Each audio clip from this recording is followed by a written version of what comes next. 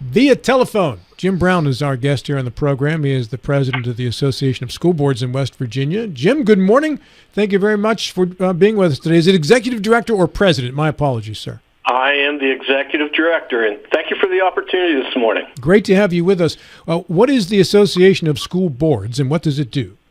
Yes, our association is created in statute. It's been in place for nearly 50 years. We represent all 55 county boards of education, so 275 board members, and we do a lot of things. We do training, provide technical assistance, and most importantly, we work with the legislature on upcoming legislation, especially tied to public education. Very nice. Did you observe the governor's State of the State speech last night, Jim? I did. Your thoughts on his thoughts regarding education in the state? Well, we've heard quite often in the last several months that the state aid formula was going to be something that was going to be examined again this legislative session. I think he made a key point that was going to happen. Some of the press I've seen says, even dismantle the state aid formula.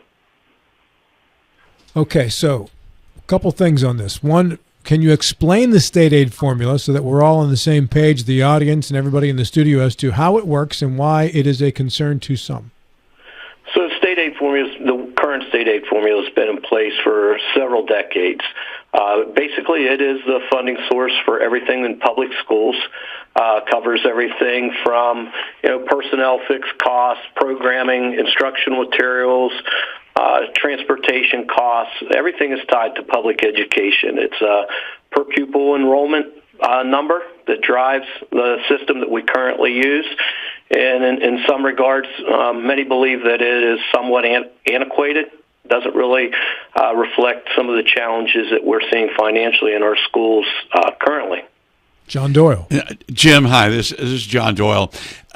If that state aid formula were to be completely dismantled, I'm going through my mind now. West Virginia has a much higher percentage of its public school funding coming from the state level compared to other states. Most other states have higher percentages of local money that go into public schools. Given that very high percentage of funding that comes from the state, if there is no formula, how do we determine who gets what money? Well, I don't think it's a matter of eliminating the formula. I think it's looking at how it can be revised and improved. There's a lot unknown when people start talking about changing the state aid formula and how that works. Now, there's a lawsuit that was set a long time ago that requires that state aid's balanced. So when regular monies increase, the state aid formula decreases. So you got the regular levy and vice versa. So if it rises, like we have several counties right now that do not receive state aid because their revenue for their local or their regular levy exceeds the state aid. For example, Doddridge County, Tyler County, the folks that are benefiting from oil and gas. So there's a leveling mechanism. It's just not that it's all state. Money's coming from the state, and some counties contribute more, and it depends on the economic status of a rural county. So, like Pocahontas or Gilmer County or Calhoun County, some of our smaller counties with less revenue from business and industry. What are the variables? This is John Gilstrap. What are the variables in the formula? Again, it's all predicated on student enrollment. So when student enrollment decreases, so does the state aid that goes to that county. One of the challenges that our systems are facing right now is that we've had 44,000 of our students in West Virginia, almost a fifth, that are basically taking advantage of the school choice option. And with that change, it's not as if the loss of enrollment is all centralized in, let's say, one classroom, one grade level, one school. It's spread across an entire district. So counties are being required to do the same with less money. So that's really affecting them. The other thing that's been a big challenge recently is how we address the needs of some of our most challenging students, especially around behavior. This is my 40th year in public education. We've had students that have mental health issues and that manifest with some difficult challenges in the classroom with behavior.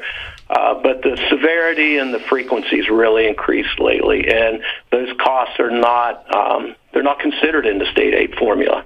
It's you get X amount of dollars for each student, but they don't necessarily come with the same challenge or same level of needs. So that's been really difficult for our county boards. Yeah, I was going to ask you if the School Board Association has any ideas about changing the formula, and you sort of gave me one right there.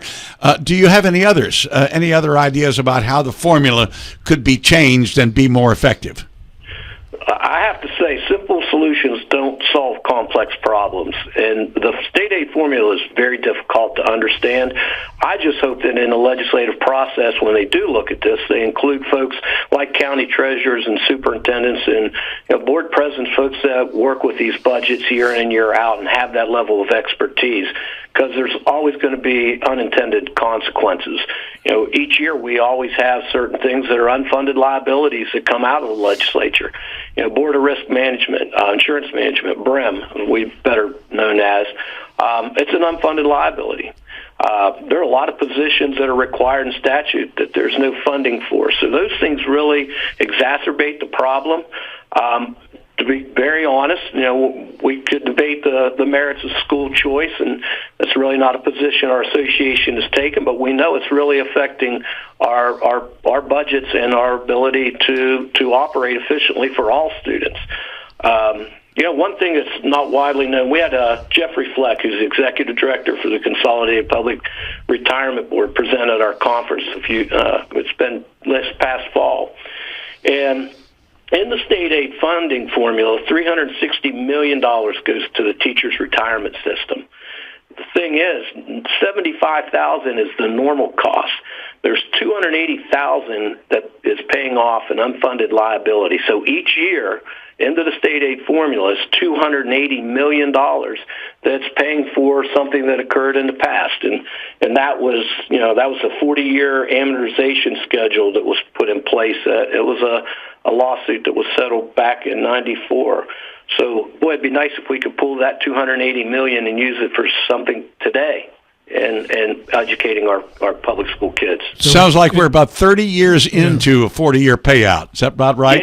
Yeah, 2034 will be when we finally pay it off. Is there a more equitable way to establish the state aid formula than per capita, per student? If I had the answer, I'd probably have written a book. I think it's very complex, and I think it's not something that can be done in 60 days.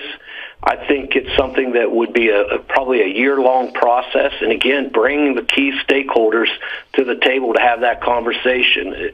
Are the folks over at the Capitol, first of all, let me say, tremendous respect. I've been a public educator.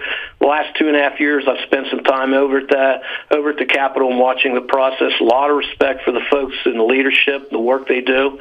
But I think it'd be a challenge. It's a huge undertaking.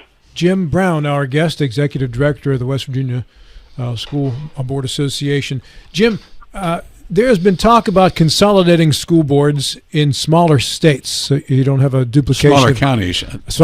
Smaller counties, duplication of administration and such. Do you think that is a good idea or a bad idea? What I can say is, our state prides itself on representation. Equal representation. So you've got a lot of counties that are very rural. Good example, I was superintendent in Ritchie County. To get from one end of the county, it could take you 40 minutes. If we're going to combine, let's say, 3 counties or 2 counties, how can you get representation when you take away those local boards over three districts, 3 counties? And different cultures, different priorities, different levels of need. I wonder what the consequences, again, I use that term unintended, what would that look like? I know there's a lot of talk, and it'll probably come to fruition at some point in time, probably not in my career. There's been some talk in Washington about eliminating the Department of Education. And what I have heard is the alternative would be to take the money from the Department of Education and send it in some kind of, I don't know what the term is, block grant, or some blocks of money that would go to the individual states for the states to take care of their own educational needs. Obviously, there are a lot of details that aren't addressed in that, but in principle, what do you think about that? So the one alarming piece came out was the executive order that President Trump issued, and it was really around federal dollars. So a lot of our school systems, not all of them, rely on those federal dollars. And in that executive order, there was a real emphasis on opening up those monies for school choice initiatives for states that really embrace that. And, our Governor Morsi, has been very clear, and our legislature's been clear, their support with school choice. And I think there's a little anxiety right now when it comes to fruition, if it does, how it's going to affect county boards and their ability to function. Because if we lose those federal dollars, I can't say catastrophic because that might seem a little alarming, but it's going to be a challenge. I spoke to one superintendent of one of our large counties, and it makes up almost 50% of their budget. So that could be that's very troublesome. It does look like the Federal Department of Education is going to be dissolved. A lot of the entities will be farmed out into other agencies prior to its existence. So, how that all fleshes out, I guess, yet to be seen. I'm old enough to remember when Jimmy Carter began the Department of Education, but I don't know how things were handled before then. John, do you? Yes. It was the previous department was the Department of Health, Education, and Welfare. HEW. So everything in terms of health, human services, and education were all in the same humongous department. And separating out education was thought to be a way to streamline government so that there were a little bit easier to get a handle on programs that go to education. Now, if you eliminated the Department of Education, there are, as John Gilstrap mentioned, there are a number of ways you can do it. One is to do block grants. One is to reconstitute the Department of Health, Education, and Welfare, and another is to farm each program out to another agency of government. For example, the Justice Department would get some of the programs. The Defense Department would get some of the programs. The Department of Labor would get some of the programs. I'm not so sure that's streamlining government if you do it that way. Interesting point. Jim, when we talk to teachers locally, school board members, they talk about discipline as a chief concern, one of the chief concerns in the classroom. And surprisingly, I'm told that most of these cases are in the very young groups, kindergartners and first grade. Are you seeing similar concerns from school boards around the state as well? Most definitely. And, like I said earlier, I'm a practitioner by trade, been in a classroom as a teacher, as a principal, special ed director, and curriculum, been a superintendent. So, yeah, we've seen this for decades. I was state appointed superintendent in McDowell County, and we had some challenges. And, we were seeing a lot of this early back in 2010, but now it's pretty prevalent across the state.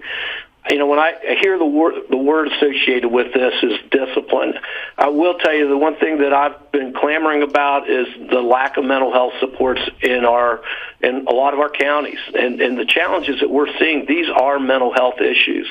Our children have been, subject to issues with opioid addiction within the families. We look at the poverty rate in some places, third and fourth generation. It looks a lot different in West Virginia than it does in many states across the nation. And we have a lack of resources. I commend Senator Grady and the work that she's doing, and Senate Bill 199 has been introduced again this session already. And it's pretty much what was in place at the last session. I do think it's going to pass. Got some concerns because we're removing the the challenge in the classroom, which I think that's definitely a major concern. It's very difficult for teachers to keep a classroom and instruction progressing and kids' safety. But just removing the kids from that school environment isn't really solving the problem. We're going to see these kids are going to come back to the school system at some point, and we're going to be dealing with some of these challenges in the community. I've asked the State Department at one point to take a lead on putting a task force together and really assessing what is the level of support out there for schools. We're not designed nor built, nor do we have the resources to provide the level of intervention that these students need. So if you had enough money to hire more counselors, would you be able to find the manpower to actually fill the roles? So the challenges these young children, and we got to remember, they are God's children. They're not going to be solved by a counselor. We need interventionists, behavior interventions that are trained in the most intensive level of services that are needed in our schools. Some of these children, they'll act out to where they'll destroy a classroom. They get physically aggressive, and then when they de-escalate, they can't tell you why they acted the way they did. They're remorseful, but there's no triggers, there's no antecedent. It's just not the kids that are incorrigible, or misbehaving. These are kids that, I hate to say it, but the adults in their young life have failed them. Or whether it was intent or without intent, they're just dealing with a lot, and they bring it to school. Your proposed solution costs money, lots of it. Yes, sir. Yeah. And this is the argument in support of school choice and the Hope Scholarship Program. That if I have a kid who he wants to learn, he's well behaved, comes from a good solid home, and he can't learn because there's a disruptive kid in the classroom that really can't kind of runs the school because that's the way the public school system makes it. Send him off. Take my Hope Scholarship. 50% of my tuition is paid for by the state. Send them off to a private school where they enforce discipline. That's the circle. And in my view, that is abandoning the public school system. No, it's supporting my kid. For you. Yeah. But what I'm saying is, if that is the procedure that we adopt overall, we are essentially saying no more public schools. Jim? Well, we're also ignoring these kids that have a right to a public education as well, and there's going to be other kids that are going to remain in public education. Though this doesn't solve the problem. It's just you're just removing those who can make a different choice versus those who are going to remain in the public school. And at the same time, we have a constitution that says they all have a right to a free, appropriate public education. We hear a lot of talk about increasing the workforce. Well, folks, these are some of those same people. They're going to cost the state. You look at the number of prisons and institutions that we have that are overcrowded now. If we don't find a way to educate these kids and address their behaviors, when they're adults, there's going to be a price tag there as well on the back end. Our association, we notice what's going on nationally with school choice. At the end of the day, we just want a level playing field. We want the same amount of resources devoted to our public schools. We also want everybody to be held accountable for the same level of rules. Let's take the same assessment. Let's see where everybody's performing, whether you go to a micro school, you're homeschooled, or you're a Hope Scholarship child, or if you're a public school student. Let's have them all take the same assessment and then measure performance in that regard. Because right now it's not a level playing field. Jim, in Berkeley County, the school board hires the superintendent, and then the superintendent is in charge of the admin, building, hiring, and firing, and whatever. And at that point, the school board is out of the equation. Is that the same in all 55 counties in West Virginia? That is. The boards of education it's one line in statute. Literally one line in statute, and the main authority they have, the person that they supervise and have direct supervision of, is the superintendent of schools. They don't have any authority outside of a board meeting that's not constituted in code, and it's a very narrow, limited latitude that they have. They make decisions in board meetings. Have the boards that you're in touch with expressed any desire to change that for more authority? I have. I've had several have approached me with that, and Berkeley County is a good example. They're very progressive. They think outside the box, and I think they want to do the right things for children. That's what drives their decision. And the same thing for all 55 of our county boards. We try to stay within the lane that's provided. We've got some boards that do some amazing things, doing great work, and some school board members that go above and beyond. But we have our challenges like others. John, were you about to say something, Mr. Doyle? No, but I will. You leaned into your mic. I thought you had something. Okay. I was thinking in terms of back to the question of the very small counties.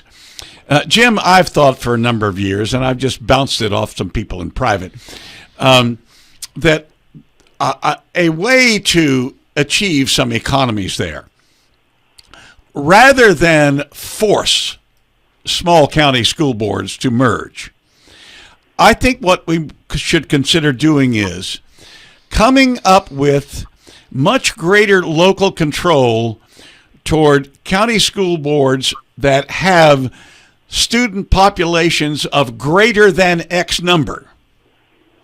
And then say to the smaller ones, we'll give you that amount of local control too if you merge with a neighbor and thereby get the combined up to whatever that number is that we choose. How do you think that would fly? About a minute for your response, Jim. So I'd like to attend everybody's birthday party, but I don't always get invited. So you got to ask yourself, so if you're a Doddridge County or a Tyler County, when those are local taxpayer dollars, how would they feel if I invited myself to come? We'd like to join you over here in Doddridge County. And then, because along with some of that, that partnership, also comes some of those financial obligations, and how do local monies cross over county lines? How's that look for personnel? There's a lot of pieces of statute that would have to change to make these kind of mergers happen. So again, simple solutions don't solve complex problems. Jim, appreciate talking with you today. Final word is yours if you had a closing thought. Well, I just really appreciate the opportunity. Blessings for our folks down at the Capitol in the next 60 days. I know education is on the forefront. I just hope we keep the focus on our students and on outcomes that for all kids. Just want a level playing field. Thank you, Jim. I'd love to check in with you again as the session continues along. Hope you'll come back on. Most definitely. I appreciate the opportunity. You guys take care. You too.